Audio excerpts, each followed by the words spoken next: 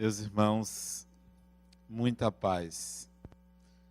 O ser humano sempre teve medo da morte, porque não tinha consciência da sua imortalidade. Recebeu informações, conhecimentos a partir das religiões, de filosofias espiritualistas, e passou a ter uma ideia da vida após a morte, do destino, da vida futura, e a pautar a sua vida em cima dessas informações. Muitas não condizentes com a razão, artigos simplesmente de fé, equivocadas na base, na raiz, e que ele, ao longo da história da humanidade, foi modificando, foi entendendo de uma forma diferente. E aí surgiram então as diversas religiões para oferecer visões diferentes da vida futura, de tal maneira que o nosso conhecimento a respeito da vida após a morte ainda é coletivo, ainda vamos buscar nos livros, nos centros espíritas, nas igrejas, nos templos, aquilo que de fato acredita-se que acontece depois da morte. Mas será possível buscar o conhecimento da vida após a morte em outra fonte que não seja a religião? Será possível buscarmos em outra fonte que não sejam os livros?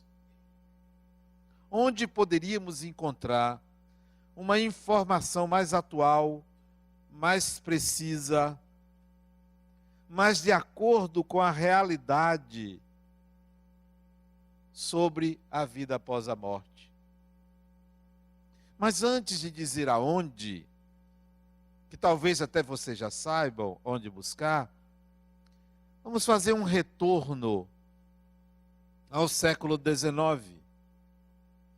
Se vocês imaginassem o século XIX, viriam aqui esse auditório iluminado por velas, ou por chamas oriundas de barbante embebido em óleo. Não tínhamos luz elétrica.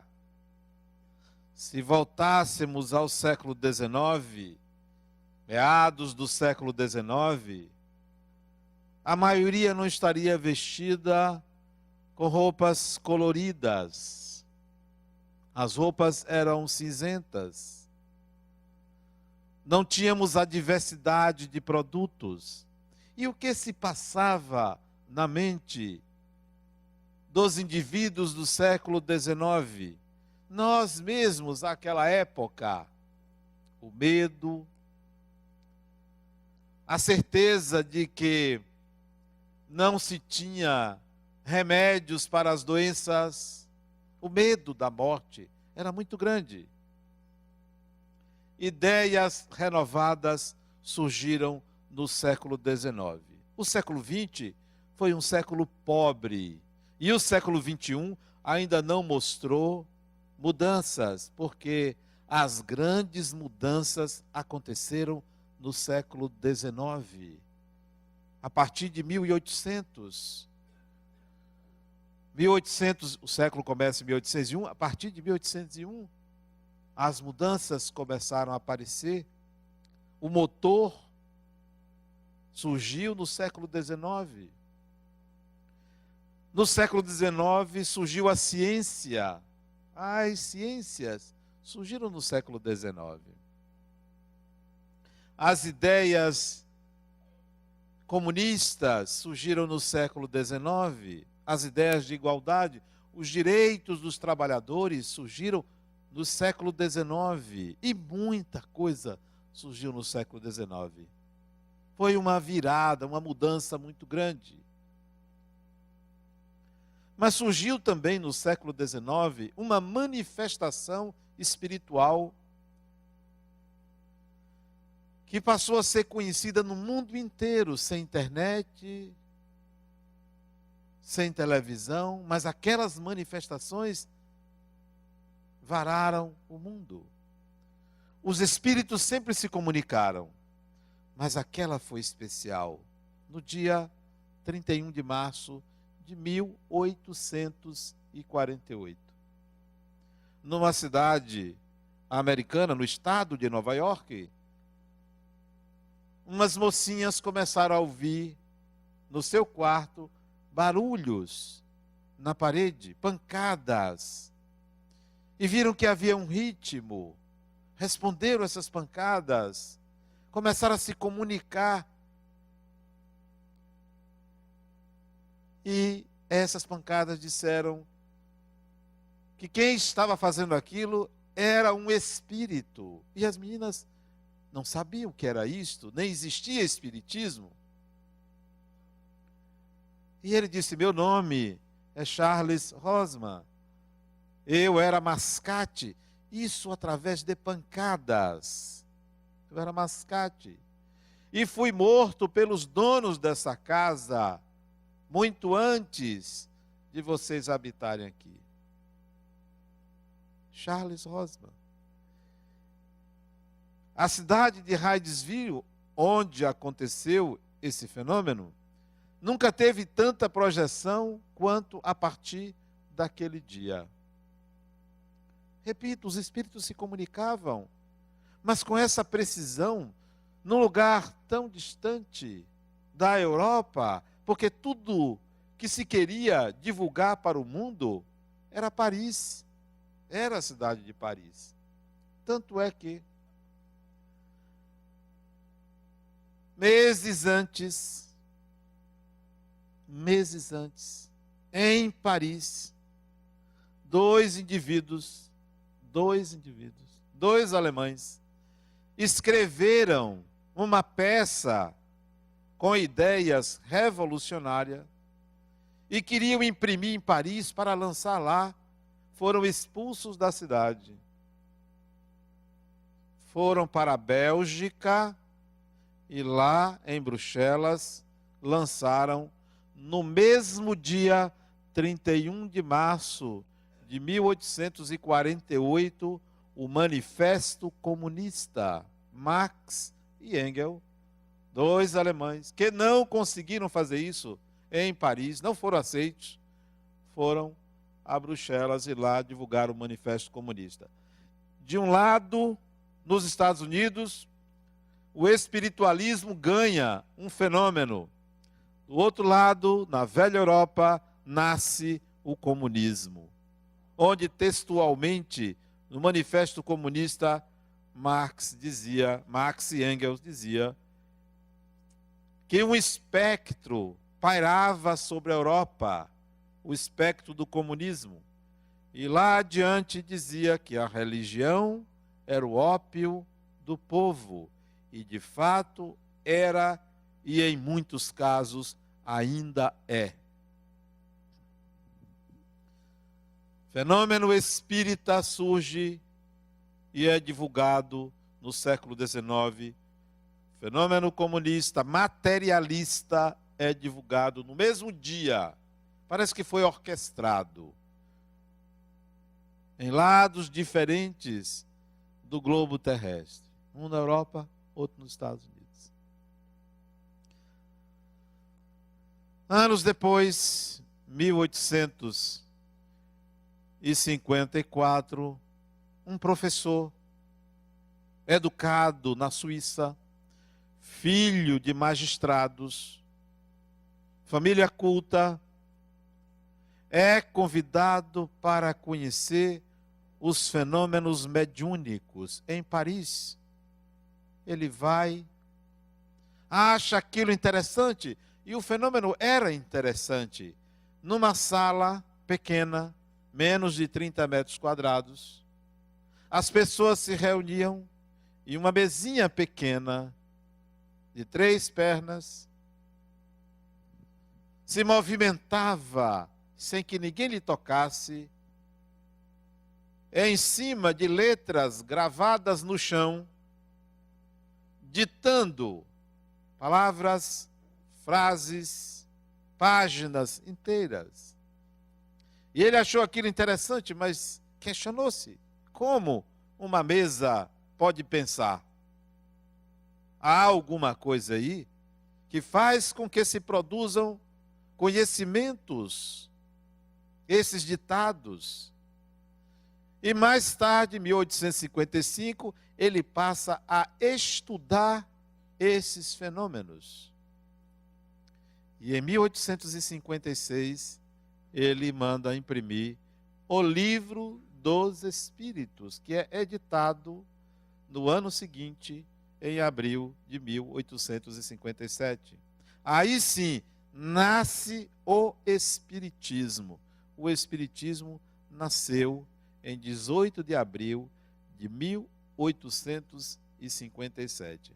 A ignorância humana e o fundamentalismo é tão absurdo que edições da Bíblia saem lá dizendo que Moisés condenou o Espiritismo.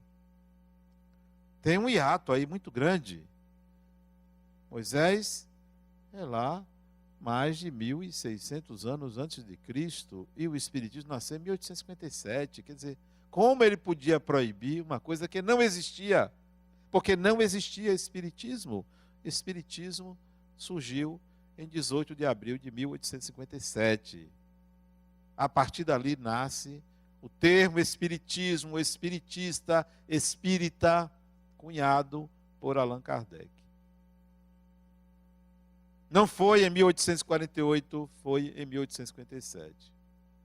Esse francês, cognominado Allan Kardec, chamava-se Hippolyte Léon Denisard Rivail.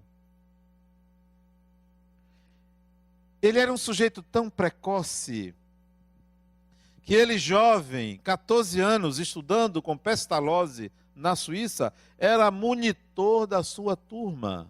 Monitor. Volta para Paris, formado com 21 anos de idade, ele abre uma escola. Ele abre uma escola. Era um pedagogo. Vivia da educação. Era tradutor porque falava, lia e escrevia no francês, a sua língua, no alemão, no inglês, obrigatórios na Suíça. Traduzia obras para o francês. Acompanhou a reforma do ensino na França e mandou sugestões para a gramática francesa. Esse indivíduo, professor, escreveu vários livros. Já aos 50 anos é que ele vai se interessar pelo Espiritismo. Quando ele publica o Livro dos Espíritos, ele não coloca o nome dele, Léon Hippolyte Denisard Rivail, porque ele queria estabelecer uma diferença entre o que era dele e o que era dos espíritos. Se o livro era dos espíritos, então ele colocou um nome que ele tivera numa encarnação séculos atrás, como um sacerdote druida, Allan Kardec, porque o seu guia espiritual lhe disse: olha, você teve essa encarnação. E ele então botou o nome de Allan Kardec. Um apelido, um cognome. Por que eu estou dizendo isso? Porque nós estamos às vésperas do aniversário dele. Ele nasceu em outubro, 3 de outubro de 1804. Então, nós estamos em plena comemoração do nascimento daquele que foi o fundador, o que deu início, com a ajuda dos espíritos, do Espiritismo. Mas parece algo simples. Não é simples você iniciar uma doutrina como o Espiritismo no século XIX, no meio do século XIX. Sabem por quê? Primeiro, as ideias comunistas, materialistas, estavam se disseminando. Menos de 10 anos, Marx tinha lançado o Manifesto Comunista, que dominou, vocês sabem, boa parte da Europa asiática. As ciências estavam nascendo. Auguste Comte, outro francês, década de 30 do século XIX, lança as bases da ciência. E Allan Kardec lança as bases da espiritualidade. Havia esse contraponto. De um lado, o materialismo. De outro lado, o racionalismo científico. Mas tinha outro detalhe contra. A igreja não tolerou o surgimento do espiritismo. Não tolerou. Anos depois, mandou-se queimar em praça pública, na cidade espanhola de Barcelona, livros espíritas. O catolicismo mandou queimar. Queimam-se livros, acendem-se ideias. Todo mundo quis saber o que é que estão queimando, eu quero ler. É igual as revistas que vocês veem, que é toda encapadinha, todo mundo quer abrir para saber o que é que tem dentro. Então, quiseram proibir, ampliou-se a curiosidade pelo que estava ali. Mais do que isso, a igreja tinha um índex com a relação das obras proibidas. As obras de Allan Kardec passaram a figurar logo em cima. Nesse contexto, nasce o Espiritismo. Tinha tudo para não vingar. Allan Kardec edita o Livro dos Espíritos, 1.200 exemplares, apenas 1.200 exemplares. Num dia de sábado, 18 de abril. Rapidamente o livro se esgotou. Logo em seguida, ele lançou uma segunda edição, uma terceira edição, e nunca mais se parou de editar as obras de Allan Kardec, os livros espíritas. Então, naquele contexto surge o Espiritismo. Mas tem um detalhe interessante. O Espiritismo se espalhou para o mundo, Estados Unidos, a Europa toda, Estados Unidos, e veio para o Brasil no final do século XIX. Digo veio, mas antes, intelectuais que iam à França passaram a conhecer o Espiritismo, que sabiam francês, trouxe obras espíritas para o Brasil. Mas definitivamente foi no final do século. Aqui em Salvador, o Espiritismo foi pioneiro no Brasil. Em 1865, Allan Kardec ainda estava encarnado, existia um jornal espírita aqui, chamado Eco do Além-Túmulo. Um jornalista, Luiz, vocês sabem disso tudo, mas me permitam lembrar. O nome do jornalista era Luiz Olímpio Teles de Menezes. Deve ser parente de Sheldon, né? Luiz Olímpio Teles de Menezes, um jornalista, passou a escrever e editar esse jornal, Eco do Além-Túmulo, com as ideias espíritas. Foi perseguido aqui pelo clero, porque a igreja não tolerava, a sua hegemonia não permitia que outras religiões surgissem. Mas veja como está acontecendo. Hoje nós estamos tendo uma virada. A religião que mais cresce no Brasil são as religiões pentecostais. Talvez o nosso país se transforme num país protestante, porque o crescimento é muito grande. E o declínio das ordenações sacerdotais na Igreja Católica é muito intenso. Mas vamos voltar ao surgimento do Espiritismo. Allan Kardec, então, edita o Livro dos Espíritos, o Livro dos Médiuns, o Evangelho segundo o Espiritismo. Quando ele editou o Evangelho segundo o Espiritismo, a reação da igreja, em 1864, foi muito grande. E a reação popular foi quase semelhante, porque mexia com as interpretações do Evangelho. Interpretações essas que só os padres, só os sacerdotes católicos tinham aval para fazer, surge um pedagogo, publica um livro com interpretações novas dos ensinamentos de Jesus, incluindo reencarnação, incluindo mediunidade, incluindo evolução espiritual, incluindo vida após a morte. Isso foi um golpe muito grande na sociedade da época. A França, então, recua na aceitação do espiritismo, porque a França, por incrível que pareça, estava ressabiada com a igreja. Não se aceitava mais a igreja. Se sofreu muito na Idade Média. Então, o espiritismo foi como que escanteado na França. Hoje, você encontra meia dúzia de centros espíritas na França, em Paris. Meia dúzia de centros espíritas. Só em Salvador são 200. Só em Salvador, 200. É até pouco. 200. Paris, hoje, você encontra meia dúzia de centros espíritas.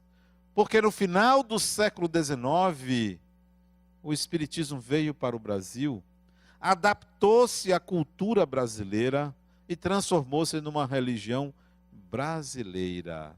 O espiritismo é uma religião brasileira. No mundo, fora do Brasil, 2 países você vai encontrar espiritismo feito por nativos, porque a maioria dos centros espíritas fora do país foi fundado por brasileiros, a maior frequência é de brasileiros. Portugal, talvez por causa da língua, Espanha, também por uma semelhança cultural, mas a maioria no mundo inteiro é por brasileiros. Amanhã mesmo vou viajar para fazer palestra nos Estados Unidos em centros espíritas de brasileiros. A religião espírita é uma religião hoje brasileira. Se adequou à cultura do brasileiro. Vocês podem perguntar, mas por quê? Talvez por causa da África. Nós devemos isso à África. A matriz genética do brasileiro é miscigenada, né? Nós somos filhos da aventura do europeu branco. Nós somos filhos dos donos da terra índios. E somos filhos do negro que migrou para cá obrigatoriamente da África como escravo. No DNA de todo mundo aqui tem essas 3 matrizes: africana, indígena e europeia. Não tem ariano puro aqui, por mais branquinho que seja. Não tem. Todo mundo aqui tem um pé Não, é na senzala, não é na cozinha não. Na senzala, todo mundo tem. Todo mundo tem. Nós herdamos da África a espiritualidade. Diga-se, leia-se, a mediunidade. Porque o racionalismo europeu não contribuiu para o desenvolvimento dessa faculdade naqueles que lá vivem. O índio ligado à terra não desenvolveu como poderia e deveria a mediunidade. Ela vem da África. O espiritismo encontra aqui um organismo em que a mediunidade está à flor da pele. Vá numa casa, tem pelo menos um que tem mediunidade ostensiva. Quando não são 2, de 3. Quando não são 3, de 4. Quando não são 9, de 10. Mediunidade. Riscou um fósforo, explode. Falou que está sentindo um arrepio, o outro também sente. Parece que contamina. É um negócio impressionante. E tem gente que diz, não fala nisso, porque sabe que se falar, conecta. Pega. É um negócio impressionante. É uma maravilha. Quando alguém me diz, Adenal, na minha casa, minha filha está vendo espíritos, que maravilha, rapaz, que coisa boa, né? Meu filho está passando por... Que maravilha. Mãe, é isso aí. É isso aí. Isso vai ser igual a celular. É uma febre. É uma febre. Vai pipocar. É. Não adianta se esconder. Nesse caso, você não tem por onde se esconder. Quanto mais você vai para o escuro, mais você encontra ali. É um negócio impressionante. Você não tem por onde esconder. Ah, não, eu vou ficar trancado no quarto. Já entrou, já está lá. Não tem por onde correr. Vai para a sala, não tem, onde for. Então, a mediunidade está à flor da pele. Ainda tem gente que diz assim, comigo não sinto nada. Deixa, diga 2 vezes para você ver. Eu vou mandar meia dúzia lhe pegar. Não, não tem. Todo mundo é médium. Todo mundo. É uma questão até de sabedoria se você se apropriar disso. Mas não, fica fugindo. Achando que é. Não, isso é crendice. Ou outros, não, isso é coisa do demônio. Vá, fique pensando assim, que você vai ver, quando menos você esperar, vai lhe pegar. Vai lhe pegar.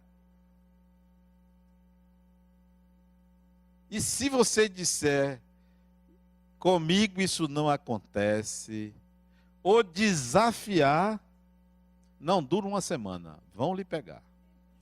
1 semana é muito. Não desafie. Allan Kardec traz uma doutrina onde não existia ninguém estudando sistematicamente o fenômeno mediúnico para daí extrair consequências filosóficas, morais. Não existia. Descrevia-se o fenômeno. Dizia-se que a mesa fazia isso ou fazia aquilo. Mas ninguém atentou para dizer, peraí, existe algo por detrás? Quem é que está fazendo isso? Com que propósito? Então os espíritos disseram, olha, nós viemos trazer algo novo. E ele se propôs a estudar, a escrever. E os últimos anos de sua vida, ele passou a se dedicar ao espiritismo.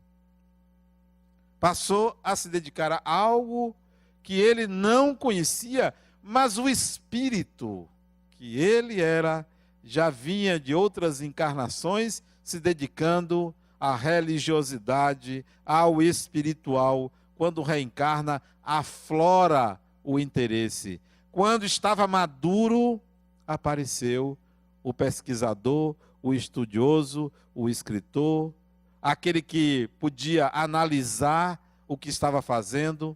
Este foi Allan Kardec. Dizer que é espírita e não ter lido as obras de Allan Kardec, meus pêsames, não é. Não fale do que não conhece.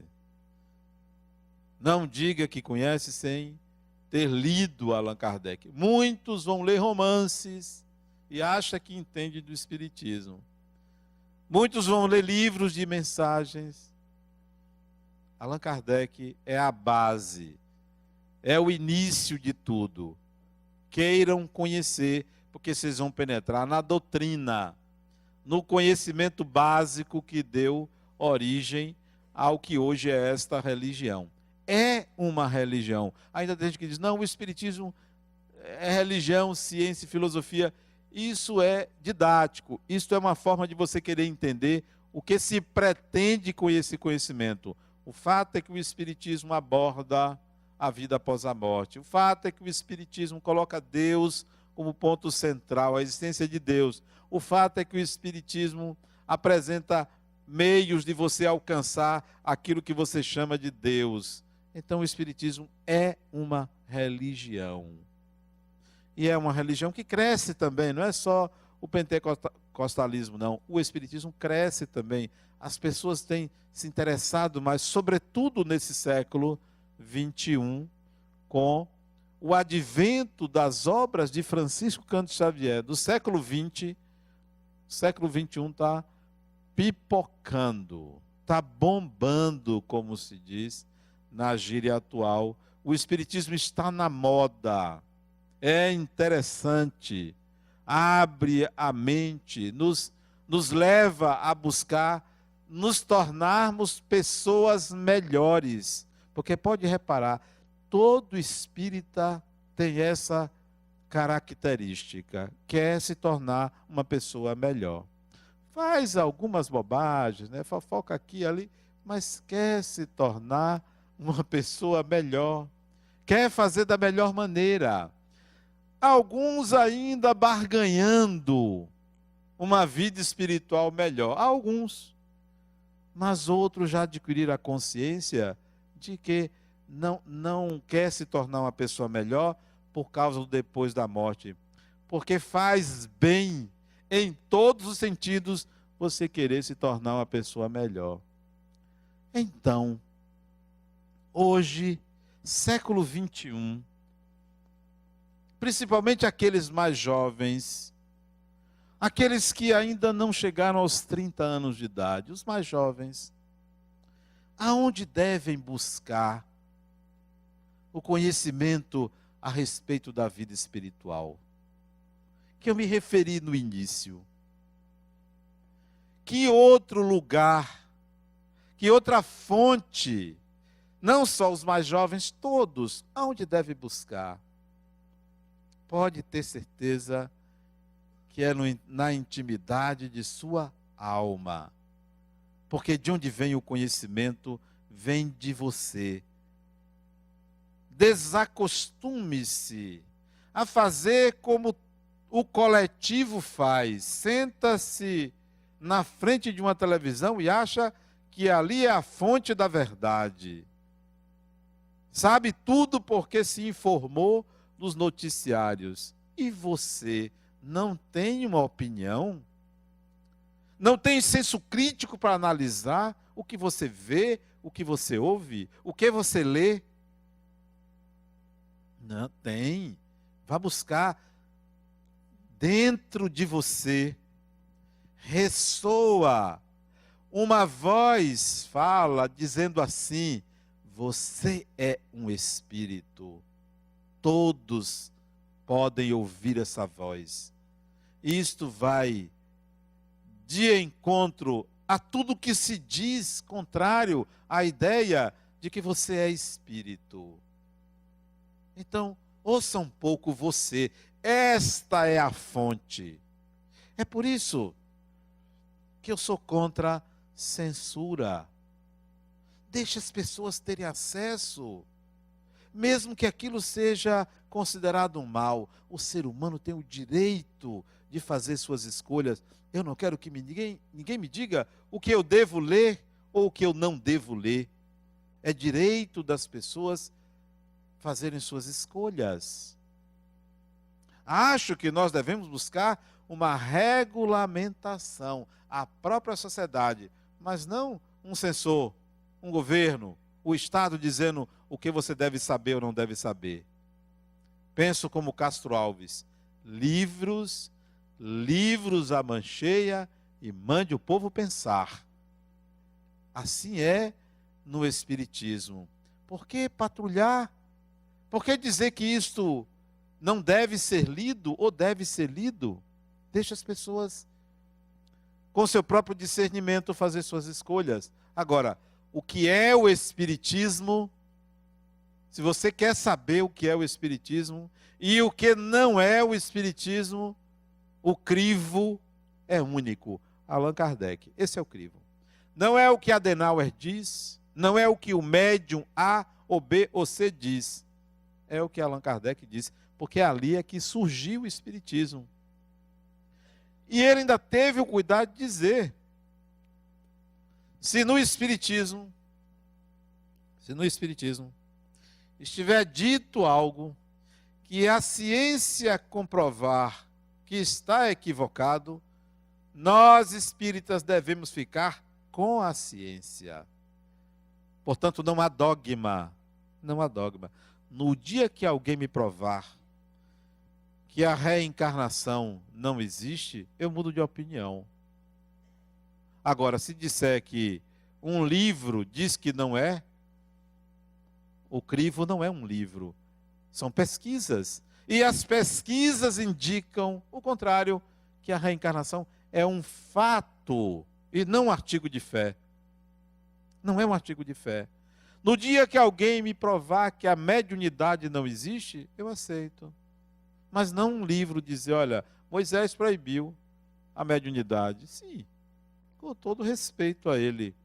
Mas eu quero que a ciência me prove que não é. Ao contrário, as pesquisas em torno da mente humana têm nos colocado para o entendimento de que nós nos comunicamos com aqueles que já faleceram, que nós somos aqueles que já faleceram e que voltamos.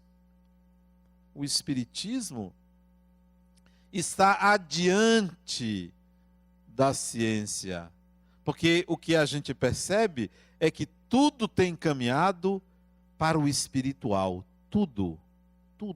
todas as pesquisas. A evolução da sociedade é para chegar a uma sociedade espiritual. A evolução da comunicação é para que a gente chegue à percepção de que a nossa intuição é mais profunda do que a nossa razão. Então, forcem o conhecimento que você já traz de outras encarnações dentro de você. Chega de ficar feito papagaio, repetindo o que ouve. Achando que as coisas são assim, porque um palestrante disse, porque um livro que foi escrito afirmou. Você é que deve fazer as suas buscas, a sua análise crítica. O próprio Allan Kardec dizia, é melhor rejeitar 9 verdades do que aceitar uma mentira. Então, nós temos que ter discernimento e não ir com todo mundo. A unanimidade é burra, toda unanimidade é burra. A gente tem a nossa própria fonte, que é o nosso próprio ser. Então, busque em você. Desconfie se alguém estiver querendo lhe catequizar para uma religião. Desconfie. Todos deveriam ser livres. Deveria existir quantas religiões, quantas pessoas existam. Cada um deveria ter a sua, e não uma só. Nós, espíritas, não queremos fazer adeptos. Quanto mais pessoas, melhor. Não. Quanto mais pessoas se conscientizem que elas são espíritos, melhor. E não que sejam espíritas. Pode continuar católico, pode continuar batista. É difícil, né? A pessoa continuar em certas religiões e aceitar as teses espíritas. Mas tem gente que quer se salvar de tudo quanto é lado, então pode dizer que é isso, que é aquilo, né? Tem gente que vai para várias religiões. Eu mesmo tenho uma paciente que ela vai para a igreja, porque ela teve um câncer, para a igreja batista. Não, para a igreja universal. Ela teve um câncer e acha que foi curada depois que ela foi para essa igreja. Então ela vai lá, gosta do pastor, conversa com o pastor, aceita Jesus e tal. Lá ela não fala de espiritismo. Vai para a igreja católica por causa da mãe dela. Por causa da mãe dela, vai lá tal. E vem ao centro espírita, aqui, hoje ela não está aqui não.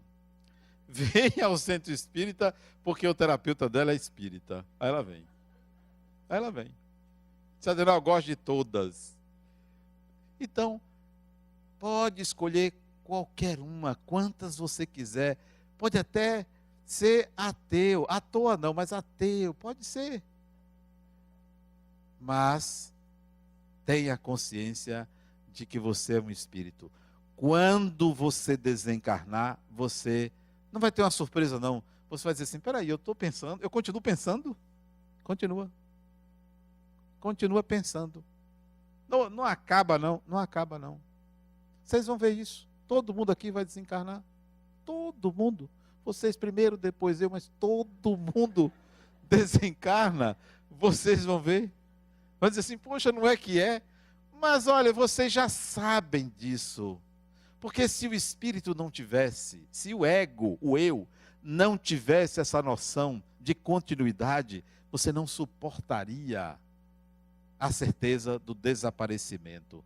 Porque é uma falácia essa certeza. A vida continua.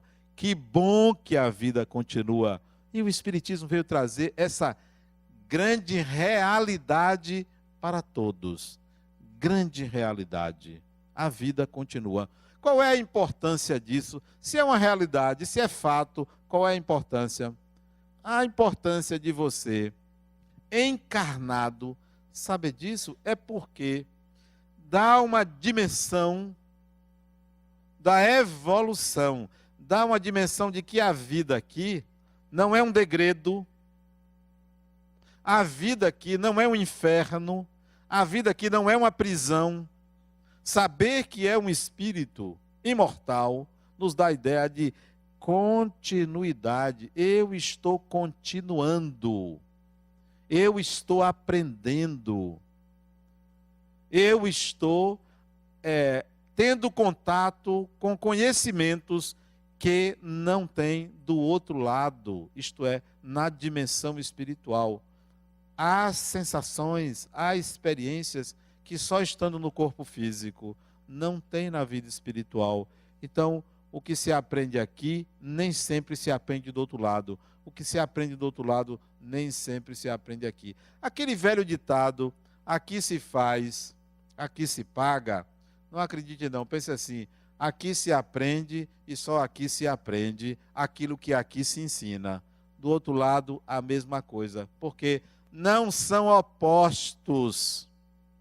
A vida espiritual não se opõe à vida material. A vida material não se opõe à vida espiritual. São diferentes experiências ao espírito.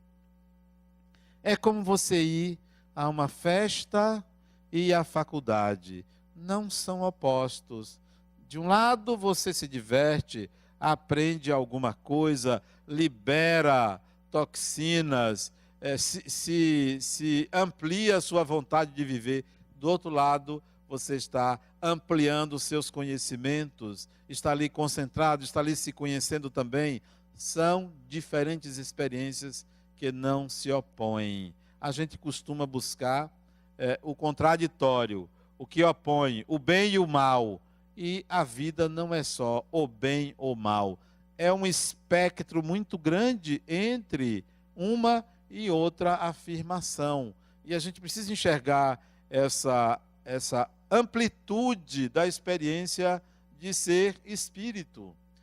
Dividir a vida em um lado e outro, bem e mal, torna-nos ansiosos, angustiados. Não, há muita coisa que aprender em tudo. 3 de outubro de 1804, data de aniversário de Allan Kardec, é para nós uma data importante porque relembra um indivíduo que se dedicou a uma obra, se dedicou a um trabalho, passou alguns anos mergulhado numa proposta que enriqueceu a humanidade, que nos trouxe essa abertura. O Espiritismo é uma espécie de portal grande, enorme, que você pode enxergar o outro lado sem as nuvens. É como se você enxergasse, você está dentro de casa, como nós estávamos, sem o Espiritismo, dentro de casa, e a janela estava toda embaçada. Foi preciso que alguém limpasse o vidro para você enxergar o que tinha do lado de fora. Então isso é o Espiritismo. Desembaça, oferece um binóculo para você enxergar melhor, oferece uma luneta para você enxergar melhor. Gostaria muito que o frequentador do Centro Espírita Harmonia tivesse o hábito toda quinta-feira, toda sexta-feira, todo sábado, todo domingo também, toda segunda, e para completar toda terça e toda quarta, pegasse um livro, quando chegasse em casa, espera aí, eu vou reservar um tempo para o Espírito. Eu vou me divertir, eu vou me distrair, mas eu vou reservar um tempo para o Espírito. Eu vou comer, eu vou assistir televisão, mas eu vou reservar um tempo para o Espírito. Porque toda pessoa que reserva um tempo para o Espírito quer ser uma pessoa melhor. Quer investir numa sociedade melhor. Quer dar o seu melhor para o outro. Então, faça isso. Lembre-se assim, ó, o Centro Espírita Harmonia é um centro de estudos. Aqui nós temos a Universidade Livre do Espírito, que tem quase 800 alunos estudando. 800 alunos estudando. Estudando o quê? Espiritualidade. Aprendendo a olhar a vida sob a ótica do Espírito. E outras atividades com muitas outras pessoas, todas voltadas para essa visão espiritual da vida. Não é a tentativa de fazer com que ninguém aqui seja perfeito. Eu sei que tem problemas, todas as pessoas têm problemas. Outro dia, uma paciente minha disse, Adinaldo, olha o que eu comprei lá no centro. Era um perfume. Lá no centro, lá não vende não. Vem, tem uma menina lá que passa e vende. Ela estuda no ciclo tal. E ela vende. Aqui tem um comércio paralelo, sabe? Tem um comércio paralelo, né? As pessoas fazem da sua presença aqui um meio de ganhar dinheiro. Tem de tudo. O outro queria vender seguro. Adenal, eu dou uma percentagem, um percentual para o centro. Eu vendo lá e você ganha um percentual, o centro ganha um percentual. Criatura, ali não é lugar de comércio, não. A gente lá vende livros, vende um bazar, mas não é para a gente comerciar. Não é uma plataforma para o enriquecimento, a não ser o enriquecimento espiritual. Se vocês têm as suas representações, não façam da nossa casa um templo como Jesus teve que fazer lá atrás, um chicote, mas eu não sei usar. Né? Nem acho que deva, mas não façam daqui um comércio. Né? Estou dizendo isso porque existem outras pessoas fazendo outras coisas. Outro dia veio um candidato aqui. Candidato. Adriano, deixa eu distribuir um santinho aqui, né? Ninguém vai ver, não. Eu faço assim escondido. Eu disse, aqui não. Aqui não. Na eleição passada, teve um que fez lá fora. A pessoa saía e recebia um santinho.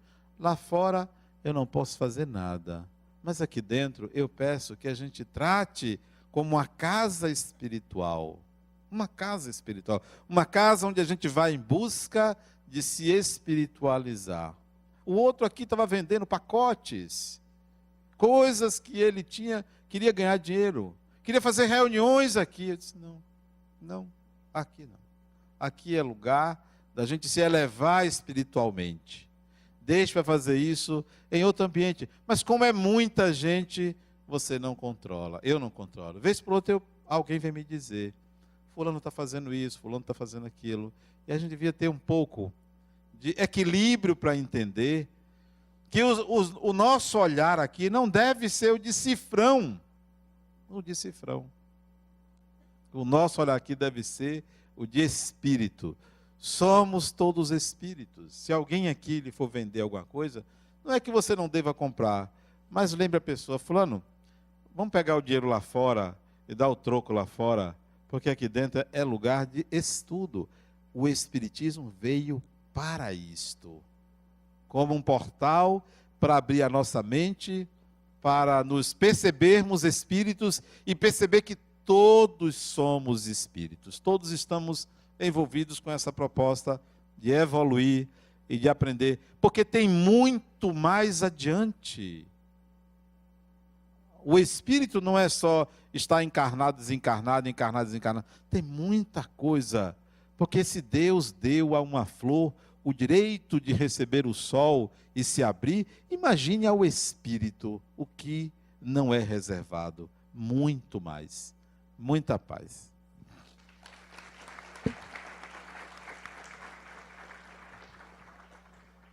A Ana Carmen está me pedindo para eu falar aqui. Eu já nem sei sobre o que é que eu tenho que falar mesmo. As obras do lado dos idosos. O que é que tem as obras do lado dos idosos? Vocês já foram visitar o lar dos idosos, as obras? Eu convido vocês, não de noite, mas de dia, e aqui, 100 metros, aqui nessa rua, não tem a ABB, a rua do lado, 100 metros adiante, as obras do lar. Está aí no jornal, vocês viram aí no jornal? Nós começamos essas obras. Vai abrigar até 54 idosos. Até 54 idosos. Vamos começar com menos. São 6 apartamentos. São apartamentos onde eles vão morar em regime familiar. Não é um depósito de idosos. 6 vezes cada apartamento são 9 idosos. Cada apartamento tem 3 quartos. 3 quartos. Cada quarto, no máximo, 3 idosos. Cada apartamento terá homens e mulheres. Já me perguntaram, mas daí se eles namorarem? Namorar é bom. O que é que tem? Porque é contra o namoro, a pessoa não pode namorar. E principalmente o velhinho ali, a velhinha, né? Que está ali com saudade, nunca mais, né? E pode encontrar ali no lar um paquera, né? A gente dá um jeito, a gente resolve isso. Isso não é um problema, isso pode ser a solução, né? Sim, Ana, mas o que é que eu tenho que falar mais do lado dos idosos? Então é isso, vão visitar um dia de semana, dia de sábado, vão visitar. Mas era, outra coisa. A capa, vocês notaram o que é que tem na capa? Todo mundo recebeu o jornal? O que é que tem na capa? O meu seminário. Sabe que dia é o seminário? Dia do segundo turno das eleições. Mas nós vamos ter seminário porque o grande vitorioso do segundo turno seria eu, né? Então, convido vocês a virem ao seminário e depois vocês vão votar. Eu vou votar depois. Eu gosto de voltar à tarde porque as pessoas geralmente não vão à tarde, está vazio, eu vou à tarde. O nosso seminário é de 9 a 1, depois de 1 hora vocês vão votar. Então, não deixem de vir por causa das eleições, mas também não deixem de votar. Votar é um dever cívico, né? Bom, mas Ana Carmen está querendo que eu leia aqui alguma coisa. Por fim, uma boa notícia. Eu nem tinha lido, rapaz, não é? Por fim, uma boa notícia. Está aí na página 3. A Escola Municipal Tereza Cristina, mais conhecida como Creche Escola Tereza Cristina, que é essa nossa creche, mantida pela Fundação La Harmonia, em convênio com a Prefeitura Municipal de Salvador, apresentou um excelente desempenho. Com efeito, o IDEB quer dizer o quê, meu Deus? Não sei o que é IDEB. Índice de Desenvolvimento Educacional. É isso? Está aqui. Não está aqui. O que é IDEB? Quem sabe o que é IDEB? Está aqui. Índice de Desenvolvimento da Educação Básica. Ninguém disse isso? Disse, né? Apresentou o IDEB, um índice referente aos anos iniciais do ensino fundamental. Evoluiu significativamente ao passar de 3,8 em 2011 para 4,9 em 2013, figurando atualmente bastante acima do IDEB correspondente ao total da rede municipal soteropolitana. Então, nós estamos indo bem no nosso caminho, estamos todos de parabéns. Então, com isso, visitem as obras do lar dos idosos. E para finalizar, só duas coisas. Uma é que Sheldon, inclusive, está aqui outra vez na noite de hoje, graças a Deus. E a gente quer falar só um pouquinho sobre a mamografia, o mutirão da mamografia. Vem cá, Sheldon, só para... Agora a mamografia é só para mulher, homem não pode fazer a mamografia, não, Jô? Precisa não, né?